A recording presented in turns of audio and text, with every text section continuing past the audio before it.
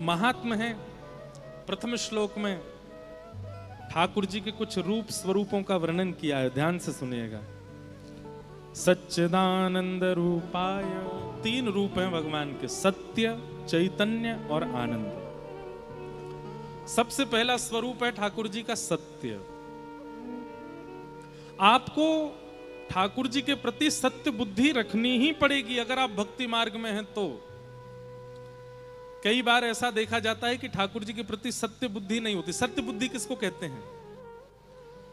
सत्य बुद्धि का मतलब होता है ये अनुभव होना कि ये वास्तविक हैं, ये कोई मूर्ति नहीं है, कोई पाषाण नहीं है, कोई धातु नहीं है, ये वास्तविक हैं। ये सत्य बुद्धि कहलाती है। कई बार कई माताएं बहनें भाई लोगों की सेवा देख करके मन में थोड़ी सी पीड़ा हो जाती है। क्यों? क्योंकि उनकी सेवा के भाव से पता चल जाता है कि सत्य बुद्धि नहीं रखते। इनको लगता है ठाकुर जी पाषाण बुद्धि हैं। सत्य बुद्धि होगी तो आप वैसी ही भावना रखोगे जैसे एक बालक के प्रति होती है, जैसे अपने के प्रति होती है, जैसे किसी अन्य व्यक्ति के प्रति होती है। डलिया में नहीं लेके घूमना ठाकुर जी को। ठाकुर जी के लिए उचित आसन बनवाइए, ठाकुर जी के लिए उचित व्यवस्था कीजिए, उसमें ही विराजमान होंगे। उसमें उचित ठाकुर जी के बैठने के लिए व्यवस्था हो, ठाकुर जी के लिए जल झारी हो, ठाकुर जी के लिए बंटा हो, ठाकुर जी की और भी सामग्रियां भीतर हो, देख करके लगे कि हाँ ठाकुर जी अपनी व्यवस्था में चल रहे हैं। कई लोग अपने ठाकुर जी को लेके आते हैं तो मैं मन में तो होता है पूछ लूं जल झारी कहाँ है ठाकुर जी की, है ही नहीं। और बेचारों को प्यास लगती होगी, कहाँ जाते होंगे। बंधुओं, जब हमारी भावना में सत्य बुद्धि नहीं होती है ना, तो फिर ठाकुर जी को जैसे आप पाषाण मानते हो, ठाकुर जी भी आपको इंसान ही मानते हैं। फिर वो आपके प्रति प्रेम भाव नहीं रखते। सत्य बुद्धि, अपने ठाकुर जी के प्रति सत्य बुद्धि रखो। वो चैतन्य हैं, उनके भी हाथ हैं, उनके भी मुख हैं, उनके भी नेत्र हैं, उनकी भी नासिका है। अब मैं कह तो देता हूं लेकिन बाद में मुझे लगता है कि पता नहीं लोगों को कहीं अच्छा ना लगाओ। अब जैसे ठाकुर जी पे पेंट होता है, कई जगह पेंट करवाते हैं ठाकुर जी। चित्रपट पर अगर पेंट हो रहा है कोई दिक्कत नहीं है, लेकिन ठाकुर जी का जो स्वरूप है ना, उसमें अलंकार नेत्र अलग से पधराने चाहिए। एक एक श्रृंगार आपको चंदन से करना चाहिए, पेंट नहीं लगाना चाहिए। और किसी मैया का बालक काला हो गया, अब वो डॉक्टर से कहे इसको पेंट कर दो, इसको गोरा बना दो, इसको गोरा कर दो, अच्छा नहीं लगता ना। ऐसा नहीं है कि आपको कोई दोष लगा होगा, पर हाँ ठाकुर जी अब कहवा रहे हैं हमसे, तो आप लोगों को ये संकेत करवा रहे हैं कि भाई ये पेंट वेंट मत करवाया करो हम पे। अब पेंट करवाते हैं जब, तो हमारे अंदर ये भावना आ जाती है कि ये सत्य नहीं है, ये तो पाषाण है। कैसे भी पेंट करा दो, कुछ भी लगा दो, कहीं भी बैठा दो, कुछ भी पहना दो, कैसे बांध दो। ठाकुर जी के प्रति सत्य बुद्धि रखो। अभी कनाडा में थे हम, तो हमारे गिरधर लाल जी गोद में बैठे थे। गले में पहनने वाला जो एक हमारी ठाकुर जी की एक पॉकेट है, उसमें बैठ के ठाकुर जी चलते हैं, क्योंकि ये फ्लाइट वाले गोद में रखने नहीं देते। तो उसमें रख दिए, तो अब उसको वो दिख गए ठाकुर जी। तो वो एयर होस्टेस मुझसे आके बोली कि टेक ऑफ और लैंडिंग के समय पर इनको आपको ऊपर रखना पड़ेगा।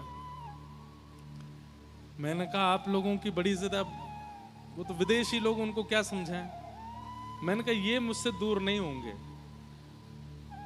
15 मिनट फ्लाइट लेट हो गया, एक एक करके आती गई, बोले कि हमारे एयरलाइंस के रूल हैं, आपको पालन करना पड़ेगा, आपको रेस्पेक्ट करनी पड़ेगी। मैंने कहा मैं उतरने को तैयार हूं, आप लोगों की जिद होती है कि गोद में नहीं रखना, तो मैंने बॉक्स ऊपर रख दिया, ठाकुर जी मेरे यहाँ पर। अब मैंने कहा अब मैं ऐसे ढकना भूल गया, आपको दिख गए ठाकुर जी, तो अब आप इनको ऊपर रखवाओ। मैं ऐसे ढक देता फिर कैसे पता चलना था।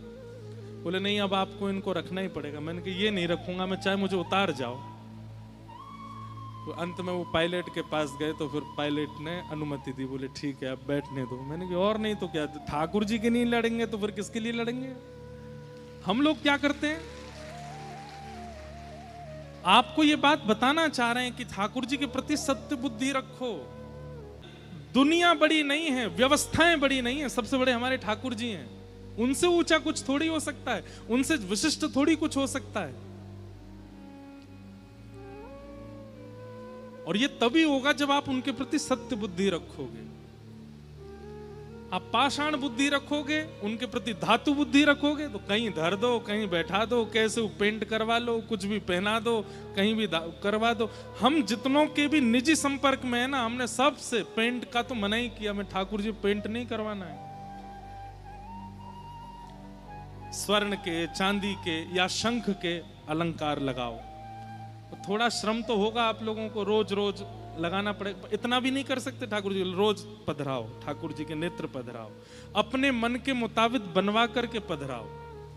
मुखमंडल को सुंदर बनाना है, सुंदर चंदन घिसो, रोली घिसो, उससे पत्रावली का श्रृंगार कर दो, अपने हाथों से सजाओ ठाकुर जी को। और फिर हम चाहते हैं कि हमारे चित्त में प्रेम भक्ति क्यों प्रकट नहीं हो रही है, हमारे ठाकुर जी हमसे प्रसन्न क्यों नहीं? क्योंकि आपने सत्य बुद्धि, भक्ति का प्रारंभ ही यहीं से है कि ठाकुर जी के प्रति पाषाण बुद्धि नहीं रखनी है। कितने साल हो गए हमको सेवा करते हुए, आज तक ठाकुर जी हमको कठोर ही अनुभव होते हैं, चैतन्यता का अनुभव ही नहीं होता। क्यों? हमने अपने लाल जी के प्रति अनुभव किया है, पसीने का अनुभव किया है, चैतन्यता का अनुभव किया है, मुस्कान का अनुभव किया है, रुदन का अनुभव किया है, बोलवे को अनुभव किया और रोवे का अनुभव किया। कितने अनुभव किए हैं? ये सब अनुभव आप सबको भी होंगे। कब? जब सत्य बुद्धि रखोगे ठाकुर जी के प्रति। ठाकुर जी कौन है? सत्य है। दूसरा, ठाकुर जी के प्रति चैतन्य बुद्धि रखो। ये चैतन्य है। गुसाई श्री विठलनाथ जी के चरित्र में आता है कि गुसाई जी लाला मानते थे ठाकुर जी को, श्रीनाथ जी को लाला मानते थे। गीता में भगवान अर्जुन से कहते हैं, ये यथामाम प्रपद्यन्ते ताम तथैव भजाम्यहम्। बहुत ध्यान से सुनिएगा। ठाकुर जी कहते हैं, मुझे जो जैसा मान करके भजता है अर्जुन, मैं उसको वैसा ही मिलता हूं। आप ठाकुर जी को पाषाण मानोगे तो ठाकुर जी पाषाण रूप ही रहेंगे जीवन पर्यंत, कभी भी सचल नहीं होंगे ठाकुर जी। आप ठाकुर जी को भाई मानते हो तो ठाकुर जी भाई के रूप में ही मिलेंगे। आप ठाकुर जी को प्रियतम मानते हो, प्रियतम के रूप में ही मिलेंगे। गुरु मानते हो, गुरु रूप में ही मिलेंगे। भगवान मानते हो, परमात्मा मानते हो तो ठाकुर जी परमात्मा रूप में ही मिलेंगे। आपको पता है, जितने दिन ठाकुर जी वृंदावन में रहे, 2 भुजा में रहे, लेकिन जैसे ही मथुरा पहुंचे ठाकुर जी तुरंत चतुर्भुज हो गए। क्यों? क्योंकि देव की मैया ठाकुर जी को परब्रह्म मानती है। इसलिए ठाकुर जी देव की मैया के आगे 2 भुजा में नहीं है, शंख चक्र गदा पद्म धारण करके चतुर्भुज रूप में रहते हैं। इसीलिए मथुरा में मथुराधीश जी का दर्शन करो, द्वारिका में द्वारिकाधीश जी का दर्शन करो, वहां ठाकुर जी चतुर्भुज ही हैं। लेकिन वृंदावन में 2 भुजा के ही हैं। क्यों? क्योंकि यशोदा मैया लाला मानती है। लाला की 4 भुजा थोड़ी होती है, लाला की तो 2 ही भुजा रहती है। लाला परमात्मा थोड़ी है, लाला तो लाला ही है, तो लाला भाव से ही रहते हैं। सबसे पहले अपनी भक्ति में ठाकुर जी के प्रति एक संबंध स्थापित करो। वो दिखते क्या है आपको, वो लगते क्या है आपको। मीराबाई ठाकुर जी को पति मानती थी अपना। तो मीराबाई के चरित्र में आता है, जब अंतिम काल में मीराबाई को प्रत्यक्ष दर्शन हुआ, उस समय श्री द्वारिकाधीश जी की मंगला आरती हो रही थी। और जो लोग दर्शन करते हैं उनको पता है कि मंगला में ठाकुर जी श्रृंगार नहीं कराते। मंगला में ठाकुर जी रात्रि की पोशाक में रहते हैं, एक माला में रहते हैं, छोटी पाग पहनते हैं। लेकिन मंगला में जब मीराबाई दर्शन करने के लिए गई और जब पुकारा, बड़ी कथा है, तो मंगला में पुजारी जी देख करके आश्चर्यचकित हो गए। श्री द्वारिकाधीश जी दुल्हा बन करके खड़े हो गए। क्यों? क्योंकि मीराबाई उनको दुल्हा रूप में ही चाहती थी। ठाकुर जी सहरा पहन करके, खूब सारी माला लेकर के, और हाथ में बिल्कुल जैसे एक दूल्हा तैयार होकर के आता है, उसके हाथ में एक तलवार होती है और वो पैरों में जूती वगैरह पहन करके बढ़िया अपना श्रृंगार यहाँ पर पत्रावली करके, पुजारी जी अभी देख कर के आए हैं, ठाकुर जी मंगला श्रृंगार में थे, लेकिन मीराबाई के आते ही जैसे दोबारा ठाकुर जी की ओर देखा तो ठाकुर जी तो दुल्हा बन करके खड़े हैं। और देखते ही देखते वो अचल ठाकुर जी, मूर्ति के ठाकुर जी सचल हो गए, प्रत्यक्ष प्रकट होकर के मीराबाई को अंक में भर के अपने भीतर विराजमान कर लिया। कारण आप जैसा ठाकुर जी को भजते हो, जैसा सोचते हो, ठाकुर जी वैसे ही मिलते हैं। बस याद एक बात रखिएगा, संसार में कई बार ऐसा होता है, आप लोग कथा में बैठे हो, बगल वाली कोई माता जी बढ़िया लग गई होंगी, अपरिचित थे लेकिन अब कथा में मिले तो आज से आप मेरी धर्म की बहन हो बना लिया।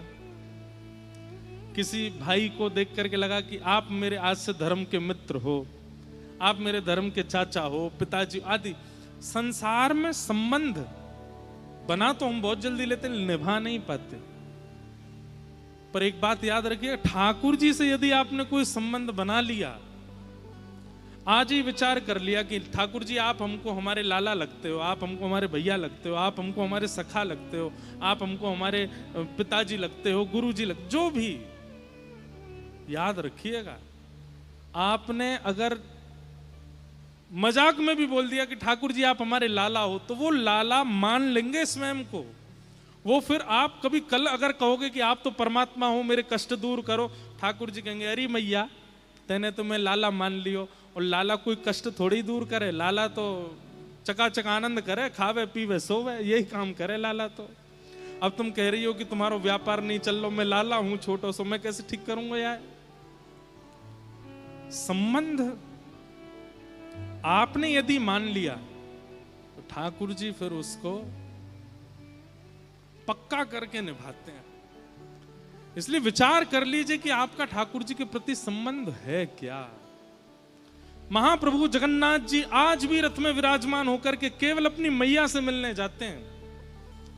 इस बार मुझे सौभाग्य मिला महाप्रभु जगन्नाथ जी का गुंडीचा में दर्शन करने का।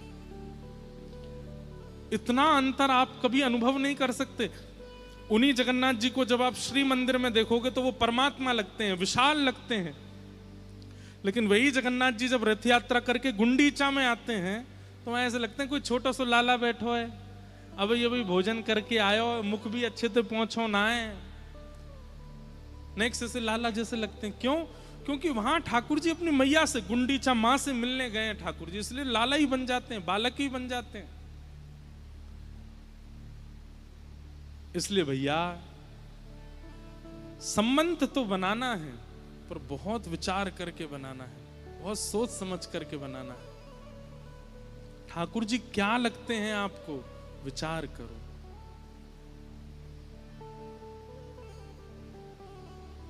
तो सबसे पहला सत्य, दूसरा चैतन्य, और तीसरा सत्य और चैतन्य में यदि आप परिपक्व हो गए तो फिर तीसरा ठाकुर जी आपको प्रदान करेंगे, और वो क्या है? आनंद। ठाकुर जी आनंद देंगे, सुख देंगे। जैसे श्री हितवंश महाप्रभु को दिया, जैसे श्री गोपाल भट्ट गोस्वामी जी को दिया, जैसे श्री भक्त प्रहलाद को दिया, जैसे गोस्वामी तुलसीदास जी को दिया।